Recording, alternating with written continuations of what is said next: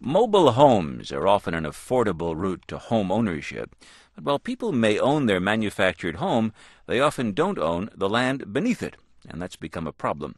As land prices rise, developers are increasingly buying up mobile home parks and evicting the residents. Austin Jenkins reports from Olympia, Washington.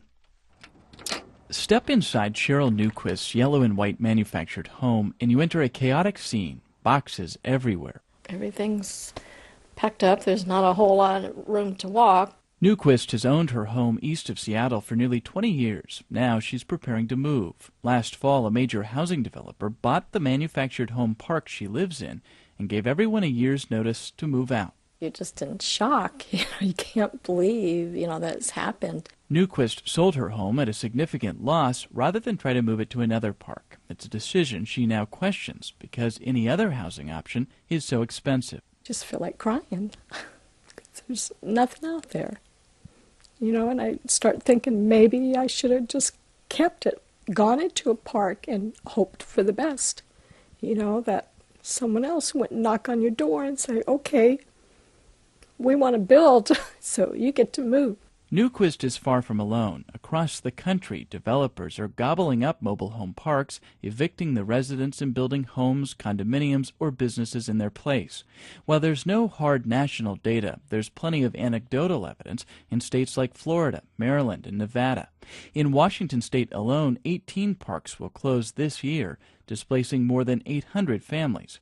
David Toyer is with Barclays North, a Seattle area development company that bought a mobile home park last year.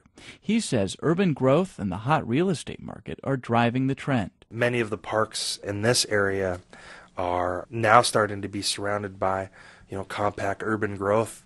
So the focus to find land that's redevelopable is such that these are now kind of looked at as being very financially feasible for redevelopment. This opportunity for developers is a crisis for park residents, says Ishbel Dickens, a Seattle attorney who represents low-income homeowners. Mobile home park living is the largest source of unsubsidized housing for low-income seniors, people on fixed incomes.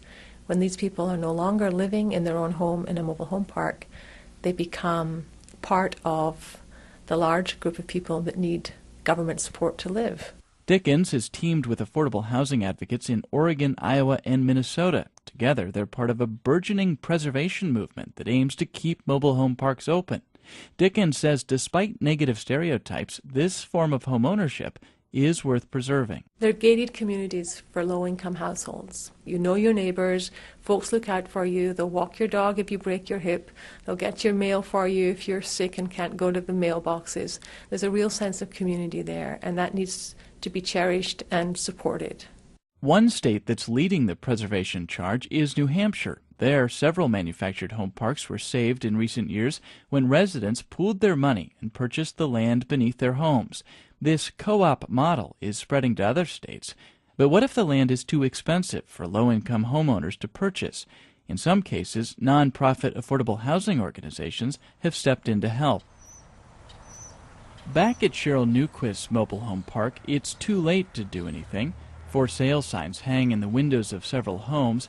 Newquist says some of her neighbors simply walked away, leaving everything behind. I know why they walked out. They owed too much. They felt like, they had no choice.